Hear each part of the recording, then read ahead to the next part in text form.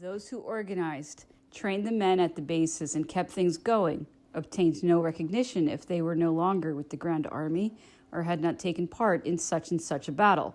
No commanding officer was ever brought to book for the losses occasioned by his negligence, his lack of order and discipline, even if 2/3 of his force had been wasted from these causes. If he led a gallant charge at the head of the 100 men left him on the day of battle, he obtained whatever he desired, and nothing was given to the brave lieutenant colonel who, after fighting his 20 campaigns, was back in the depot, organizing and drilling the detachments that were to reinforce the army. He was forgotten because he had had no chance of contributing any brilliant deeds to the successful affair of the moment. Far be it from me to say that the emperor did not reward the old soldiers. There are too many instances to prove, on the contrary, that they were the objects of his solicitude when they remained with the army or were invalided out, but let them remain in the depot, even in the interests of the service, and they could obtain no promotion until they returned to the fighting line. Undoubtedly, the system had the advantage of making all officers anxious to get back to the front, but it was really detrimental to the service and to the best officers as well, for the depots were only given to the most capable men.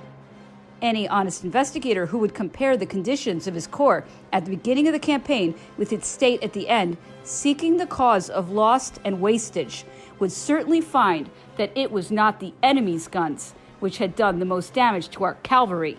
The fine state in which some corps were maintained to the very last moment compared to the disorder and destruction suffered by others that had been seen no longer service, proves that our greatest foe was lack of discipline, and the disorders that followed in its train originated in the negligence of the commanding officers.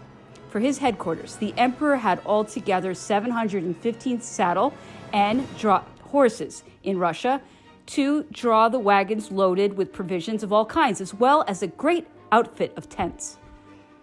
As his headquarters were always the last to arrive, and that invariably in a place already laid waste because the whole army had already passed by, it was necessary to carry everything with us or seek what we needed from a distance. It must also be observed that the general services supply did not furnish in all 1,000 pounds of bread, 100 trusses of hay, nor a particle of oats to the emperor's household throughout the campaign. I have, therefore, had experience of what can be done by method and care in supplementing the provender, both in kind and quantity. All persons attached to headquarters were in the same plight.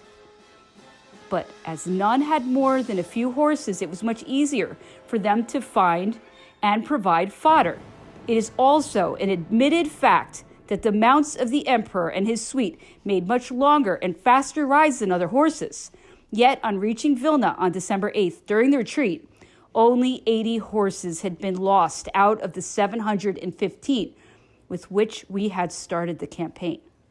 I enter into these particulars in order to answer in advance all the fables that have been told and that will yet be told as to the effects of the cold, the lack of provisions, and so forth. During the retreat, horses fell and lay by the roadside chiefly because they were not properly shod to keep their footing on ice, and once down and vainly having attempted to rise, they ended by lying where they fell and were cut up for food before they were even dead. With proper shoeing and the exercise of a little care, the greater number would certainly have been saved. Before leaving the subject of Moscow, it is essential that I should say something about its administration. The Duke of Treviso had been charged with the government of the city, and Monsieur de Lesseps, formerly Consul General of Petersburg, had been placed at the head of the administration. This estimable gentleman was on his way back to Paris with his wife and 8 children when a courier caught him up as he was disembarking at Danzig and handed him imperative orders to proceed at once to the imperial headquarters, then at the gates of Moscow. Despite his urgent request to be excused from all duties, after a week the emperor appointed him intendant. This excellent man did all he could. Like a true governor, he put a stop to many evils. Among them, the issue of forged papers, the loss of many billions by pillage, and the destruction of such archives as had been saved from the fire. It was the honorable and worthy Lesseps who raised more opposition than anyone else to the proclamation for the liberation of the serfs. It was he who collected, sheltered, nourished, and in fact saved quite a number of unfortunate men, women, and children whose houses had been burned and who were wandering like ghosts among the ruins of the capital. On this occasion, he showed that he had not forgotten the 30 years' hospitality he had met with in Russia.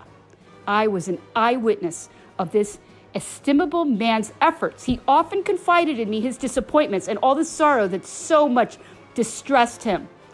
It is only right that I should render justice to the honorable sentiments that have been his invariable guide. The emperor had prepared a proclamation to give the serfs their freedom. This was early in October. Some dregs of the lowest classes of society and a few firebrands, German artisans who made themselves the mouthpiece for these people and egged them on, had raised an outcry and demanded that this should be done. These same men had persuaded the emperor to begin the proclamation by announcing that hopes of freedom were germinating in every peasant's head, that thereafter, instead of finding himself surrounded by enemies, the emperor would have millions of auxiliaries. Yet was not this measure radically opposed to his acknowledged principles? He felt, and some time later observed to me, that the prejudice and fanaticism excited against us in the minds of the populace would prove a great obstacle, for some time at least, and that consequently he would have to bear all the odium of that measure without reaping any of the benefits. The disorder and pillage which inevitably followed our forced marches had caused the initial damage and alienated the peasants.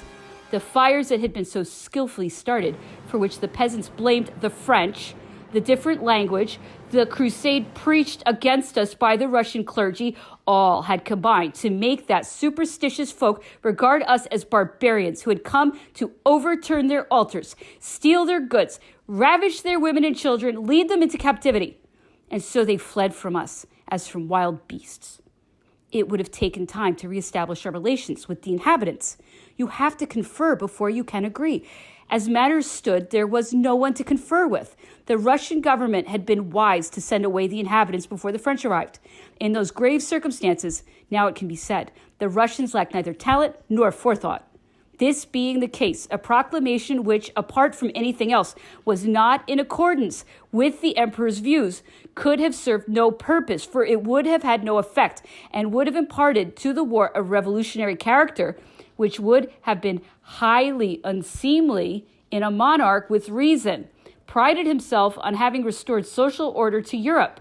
So the preparation of this proclamation was merely a threat. It deceived nobody who really knew the emperor. It was one of those countless gestures he made to see if a threat would produce any effect. He wished, if possible, to intimidate. It was some of that avenging thunder of his, that heat lightning which never struck. He left nothing untried to bring about the negotiations he desired. But this proclamation was not a device that entered into his political scheme, although he spoke as if it were a definite project. One day the emperor even said to me, "Like you, Lesseps is against emancipation. Yet there are some who know as much about the Russians as you, who think differently. You're opposed to it because it would not be playing fair with your friend Alexander. But those fires were not fair either. They would fully justify reprisals. Otherwise, I think exactly as you do about this emancipation. It is impossible to tell where such a measure would lead up to the present, except that Alexander has burned his towns to prevent us from occupying them.